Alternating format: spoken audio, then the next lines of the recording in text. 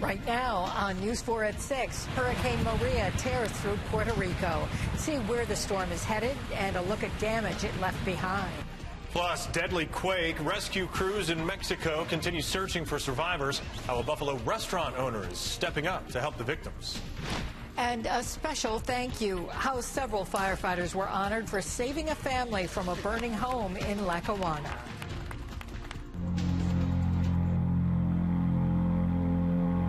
The only thing that should matter right now is that people stay safe, that we can save life, and then we'll start the rebuilding.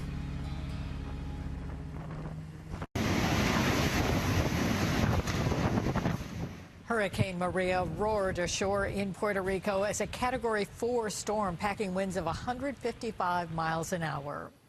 Good evening. Don is off tonight. Maria is the strongest storm to hit the U.S. territory in almost 90 years. Right now, the hurricane is weakened to a Category 2. David Begnaud shows us some of the damage Maria has left behind. Hurricane Maria's winds made quick work of Puerto Rico's trees and roofs. Torrential rain has flooded streets. Maria made landfall early Wednesday on Puerto Rico's southeast coast as a powerful Category 4. Then spent the day clobbering the rest of the island. With the storm still raging, few people ventured out. Debris flew past cameras, and signs were easy targets for 140-mile-per-hour winds. Part of the island may see up to 25 inches of rain, raising the threat of mudslides. We can save lives. Puerto Rico's governor, who went door to door yesterday, urging people to get to safety, says more than 7,000 people have gone into shelters. I've passed through hurricanes, but this one, it's going to be very hard. Evacuees in this hotel had to move downstairs into the lobby, then into an emergency stairwell. The power is out across the island, and there's no timetable for getting the lights back on. Maria may have been the final blow to the power company's already crumbling infrastructure.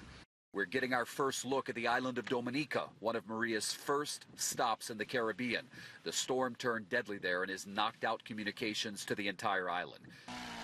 People are cleaning up on the island of Guadeloupe, where Maria also claimed lives and damaged homes. David Begnaud, CBS News, San Juan, Puerto Rico. And, of course, our chief meteorologist, Todd Santos, has been tracking Maria's path. He joins us now with the latest on its path and potential impact locally. Todd? Yeah, well, at least it's moving away from Puerto Rico, but they're still seeing a lot of the impacts from this rainfall-wise, and still, at least in the northwest corner of the island, dealing with sustained hurricane winds. The storm itself did weaken, but it's because of all the friction on Puerto Rico itself, and that it was briefly cut off from the warm ocean water. So this thing made landfall as a storm really basically rivaling a 1932 hurricane hit there. So it really is historic for them that storms generally don't get that strong that far east. But for what it's worth, that's what it looks like right now. All those reds are the deeper layer moisture, and at least the eye is off into the ocean again. That will give it room to strengthen again over the next couple of days. So max sustained winds 110 miles per hour, moving to the northwest at 12. There are hurricane warnings up for Dominican Republic and for the Turks and Caicos. Thing is, none of those areas are likely to see direct hit. However, they do have a pretty good chance of at least seeing some storm surge. Saturday, Sunday, Monday, this thing works its way up along the eastern seaboard. We'll be churning up surf heights and rip current potential. But I will say that it is going to still depend on where Jose goes, which is a much weaker storm. It's a tropical storm right now. It will help to potentially induce a wobble in this system as it gets closer to that Monday, Tuesday time frame. We're going to have to watch it very closely. Normally, storms that take this path, you don't have to worry about as much. But in this case, it's running into an area where there really aren't any steering currents. Proof of that? Well, Jose is still sitting there 15 days as a named storm, out of reach of Buffalo, even the cloud cover. Some of that's getting to Albany and not quite Syracuse. So right now we're still enjoying clear skies. We'll have more on Jose coming up, but it will not mess with the rest of your week here in western New York or the weekend. 79 right now in Buffalo. That's down from a high of 82 today. We will see more days with temperatures like that. And later on tonight, as the winds settle down, we will again see a chance for some patchy fog, and especially in the valleys, patchy dense fog to start off the day tomorrow morning. So we'll take a closer look at that piece of things, but otherwise does look like an incredible streak of mid to lower 80s will last across western New York through Wednesday of this coming week. Dave, Jackie.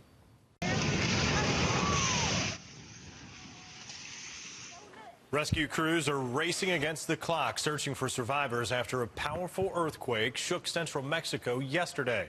Right now, the death toll stands at 225 people, and sadly, that number is expected to rise. Mexico's president has declared 3 days of national mourning to honor the victims.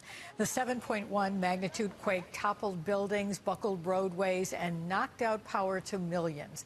Officials say at least 44 buildings collapsed just in Mexico City alone. And one of those buildings was an elementary school. News 4's Jen Shantz tells us how a Buffalo restaurant owner is stepping up now to help the victims. Jen. Well, Jackie, if you enjoy authentic Mexican food, it'll be easy for you to help too. Casa Azul on Genesee Street downtown is co-owned by Victor Parra Gonzalez. The chef was born in Acapulco and says this tragedy, just like the horrific quake in 1985, hits close to home for him. He still has friends and family in that area. He says it was an easy choice to donate 50% of all food sales Saturday to the Mexican Red Cross and Topos, a nonprofit rescue team designed to help save survivors trapped in the rubble.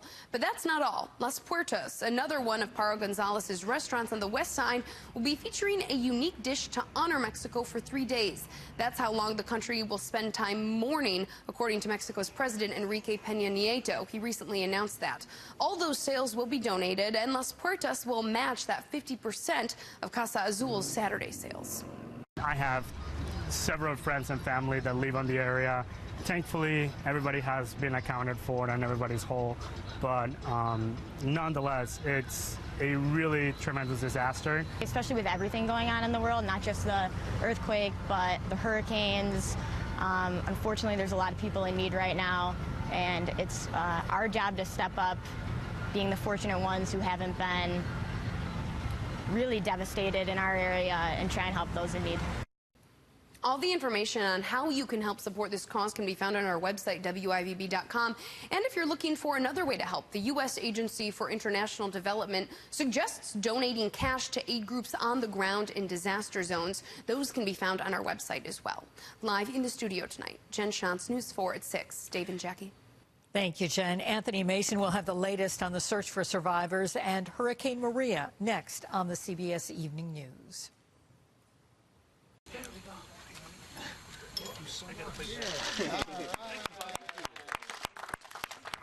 New tonight, nearly a dozen of Lackawanna's bravest were honored for rescuing a family from a burning home.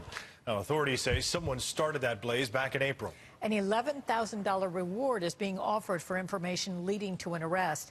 Well, today we got a first look at some of the victims and how they're doing. News 4's Marissa Perlman has more from today's ceremony. Marissa? Well, Jackie, Dave, the Solomon family on the mend stood by those local leaders this afternoon to honor the Lackawanna Fire Department. City leaders spoke about how lucky this family is to be alive today. Now, as you mentioned, the fire started at a multi-family home on Ingham Street in April with 20 people inside. Now, 7 people went to the hospital that night. 3-year-old Zaid Solomon and 4-year-old Zainab Solomon were 2 of those seriously injured. Some family members spent up to a month in the hospital. Now, we do know that that building has been condemned. The family believes the fire was set on purpose. Today, the family got to tour the Lackawanna Fire Department trucks and met the first responders who saved their lives. Their lives were saved that day because of the Lackawanna Fire Department. And our community owes the heroes in the Lackawanna Fire Department an extraordinary debt of thanks and gratitude. Thank you to Lackawanna's finest. On the night of April 22nd, these heroes risked their lives to save others.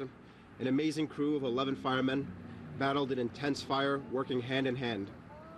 It is because of their actions that my 3-year-old nephew Zaid, say hi Zaid, and his mother Claudia are still with us. Now, all 11 firefighters were honored with New York State Senate Liberty Medals. That's the state's highest civilian honor. Senator Tim Kennedy also announced a $100,000 state grant that will go to the Lackawanna Fire and Police Departments.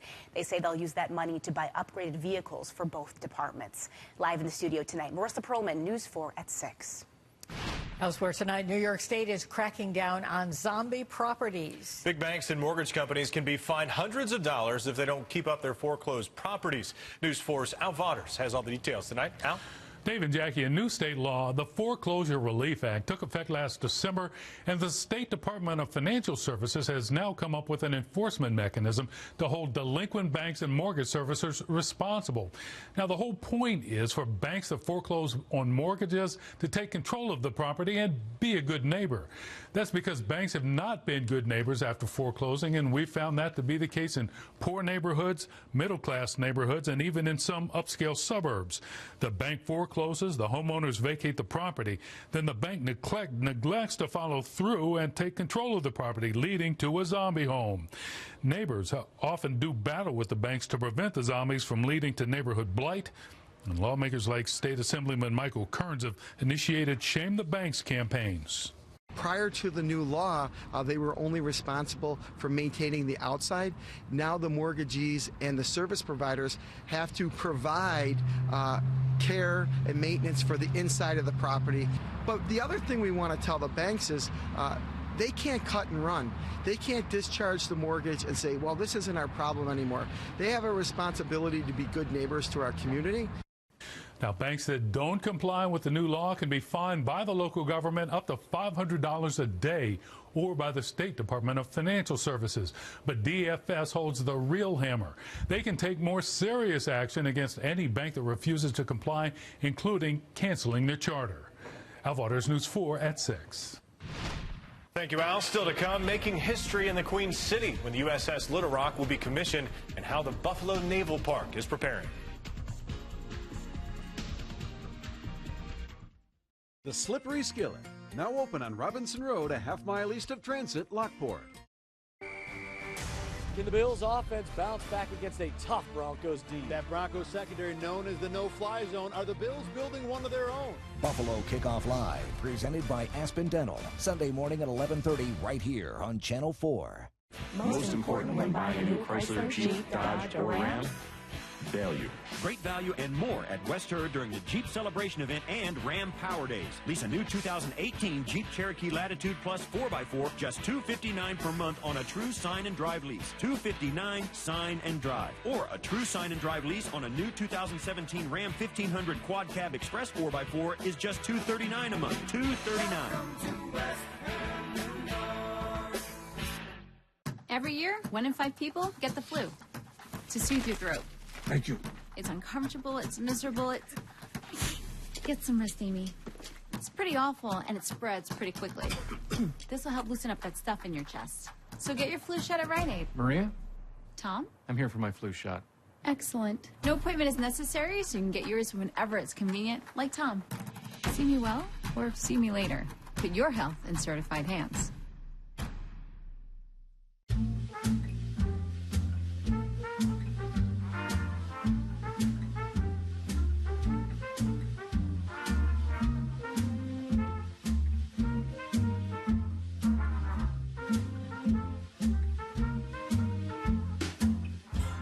Accepted in all 50 states, you have the compassion of the cross and the security of the shield, giving you the confidence to move forward. Blue Cross Blue Shield of Western New York. Live fearless. Stay connected. Download the News 4 app now. My #1 goal during severe weather is not just to get our warnings and information out very quickly, but to make sure everyone understands what they need to do as quick as possible. So there isn't any time wasted running around while we really should just be taking cover. We're forewarned weather, that's why we're for Buffalo. See it, shoot it, and send it to WIVB.com with Reported, sponsored by Mattress Firm. It's Mattress Firm's semi-annual sale. Your favorite brand name mattresses are on sale, plus get an additional 10% off. And we'll beat any competitor's price by 10%, only at Mattress Firm. Forewarned Weather is sponsored by Stockmore, serving Western New York for over 35 years. The new USS Little Rock will soon be making its way to the Queen City. It's set to be commissioned at the Buffalo Naval Park in December. We're just hearing that. It's the first time ever that the Navy will commission a new ship alongside its decommissioned namesake. News 4's Callan Gray is live at the Naval Park with more on this historic event. Callan? Jackie, Dave, I'm told that Navy officials will be in town in the next week or two to pick a spot for the ship to be docked during its commissioning. This is the first time in Buffalo's history a ship will be commissioned here, and we're told it's an event you won't want to miss.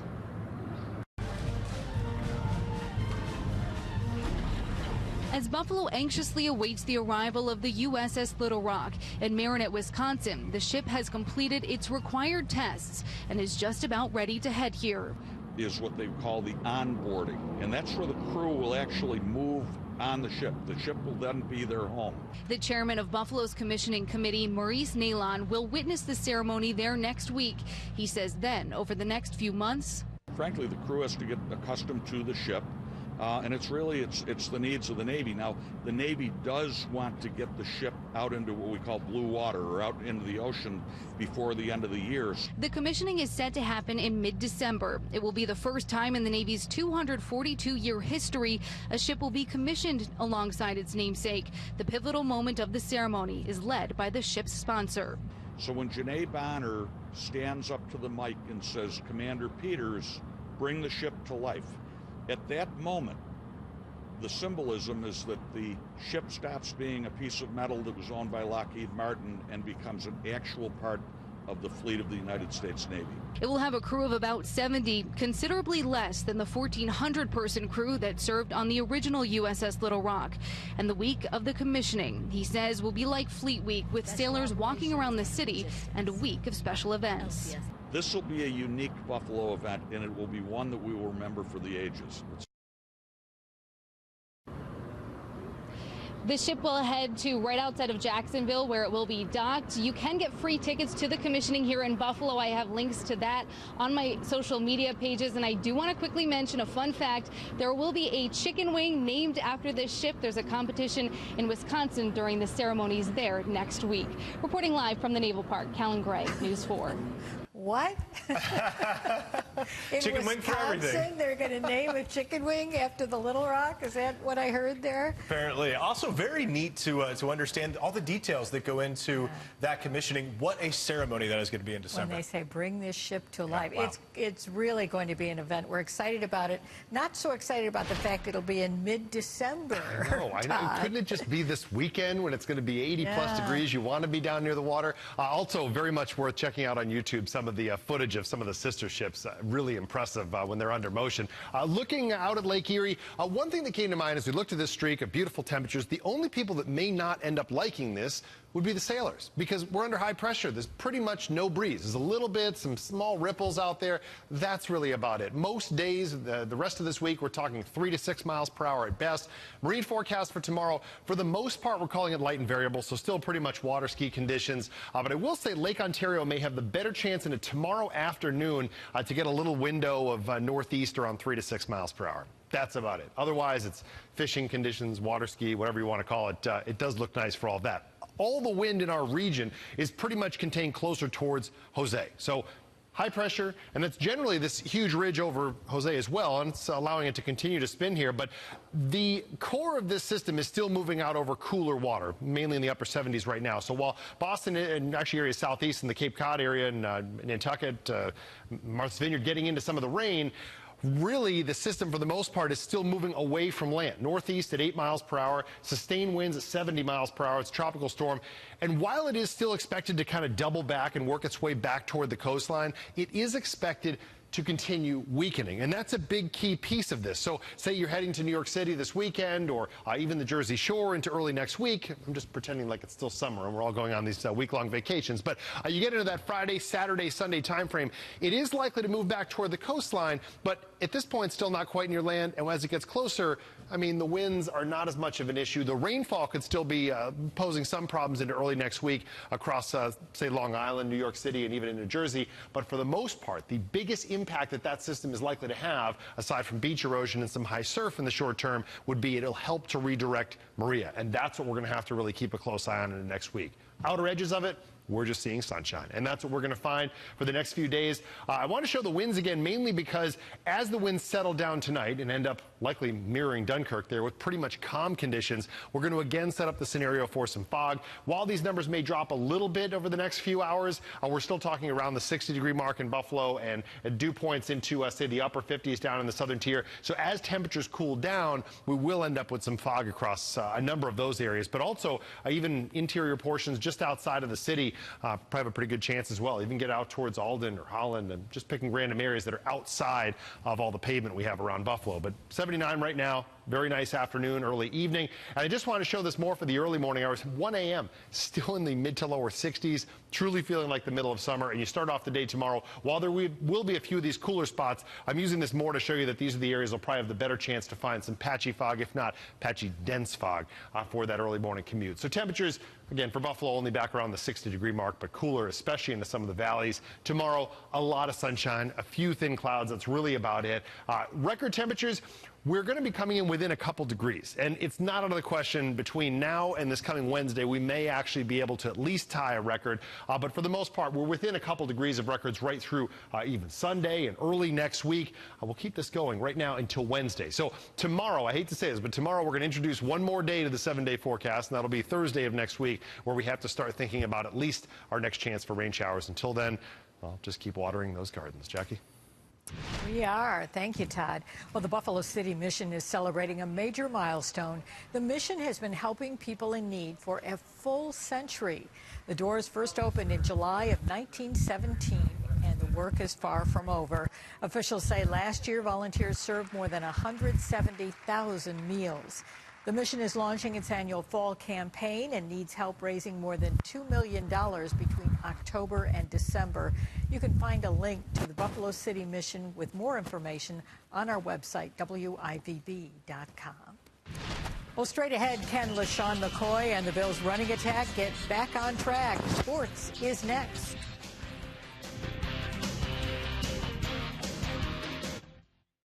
Tomorrow on News 4 Wake Up, a change for chocolate. Hear why Watson's has made a new commitment to fair trade cocoa, what it means for our beloved sponge candy. I'll let you know where Maria's heading next and how warm it's going to get around here in my forecast. Join us tomorrow morning. Using the Cornerstone app, you can easily apply for a loan, open an account, or deposit a check from just about anywhere. Well, almost anywhere. Cornerstone Community Federal Credit Union, for wherever life takes you. Discover the Isaac difference. A better customer experience for you, a better choice for your home. Let Isaac install this fall. Get a Rheem high-efficiency furnace for just $99 a month with no interest for 36 months. Visit IsaacHeating.com today. Transit Town sells more Jeeps than anyone in Buffalo because we have more Jeeps than anyone in Buffalo. And now, while supplies last, you can lease a new Jeep Cherokee 4x4 $279 a month, not 1 penny down. A dirt-eaten, snow-busted 4x4 Cherokee just $279 a month, not 1 penny down. You want a Jeep Buffalo? We've got your Jeep. Get to Buffalo's Jeep Giant and get a Jeep Cherokee $279 a month, not a penny down. It's a Jeep celebration event. Transit Town, Jeep, Chrysler, Dodge, Ram. Trust Transit Town. Ends 9/30. Other mattress retailers average around 30 sets of bedding on their showroom floor. We have an average of 80 mattress sets to choose from. We have 30 sets for under $1,000. We know every customer has a unique story and unique needs. That's why we offer so many choices in our showrooms. Come in today and find your comfort at the guaranteed lowest price. Hi, my name is Henry, and I want to welcome you to Batavia Downs Gaming. We want you to love it, not just like it here. We went to our customers and asked them what we can do better. You said you wanted a hotel, so we built one. More and better food, we did that too. A separate place to smoke and play, we even did that. Batavia Downs Gaming and Hotel is the right size with the right people in the right location. Batavia Downs Gaming. Come here to dine, stay, and play. It's Ford SUV season, so be ready with features designed to detect what they don't. Stop. Sorry. It's okay. That's Ford, and that's how you become America's most trusted brand of SUVs. There's never been a better time to come into your neighborhood Ford store than Ford SUV season, because right now you can get into a new Escape for as little as $189 a month. Just $189 during Ford SUV season. Please keep Wings Flights of Hope flying. Donate online today. Using the Cornerstone app, you can easily apply for a loan, open an account, or deposit a check from just about anywhere. Well, almost anywhere. Cornerstone Community Federal Credit Union, for wherever life takes you.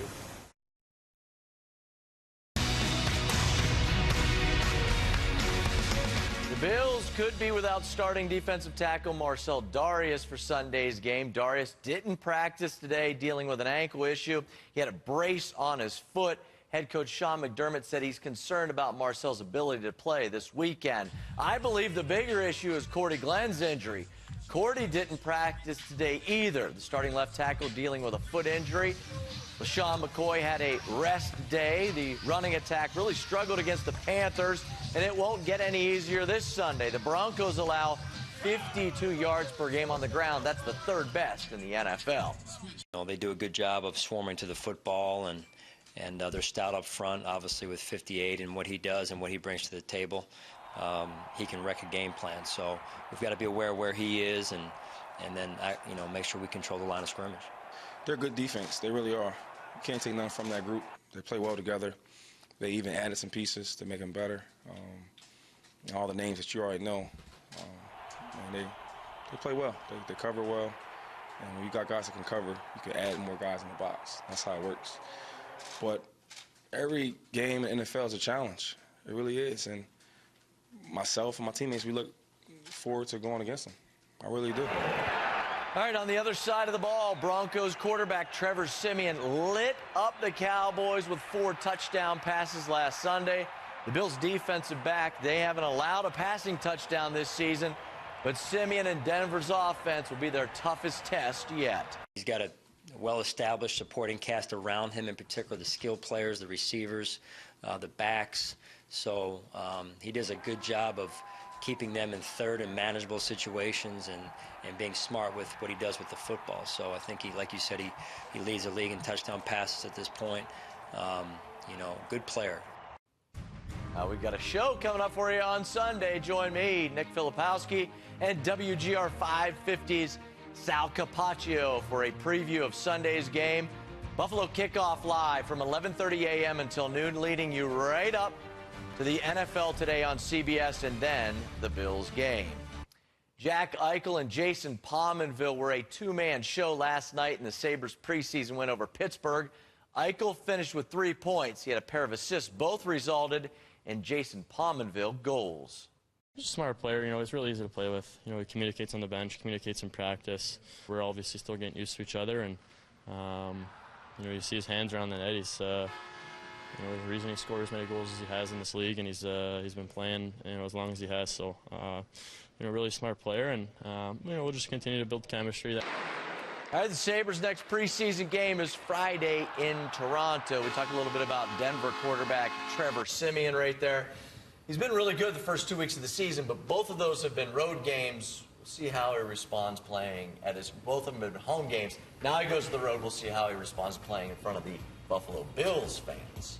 It is going to be different, certainly Home field different advantage, hopefully. Different Beautiful from the Mile day. High. All right. Thanks, Josh. And thank you for watching News 4 at 6. Stay tuned now for the CBS Evening News coming up next. We'll see you right back here on News 4 at 11. Nalene is in at 10. Our fours tonight come from Niagara Falls. Have a good evening.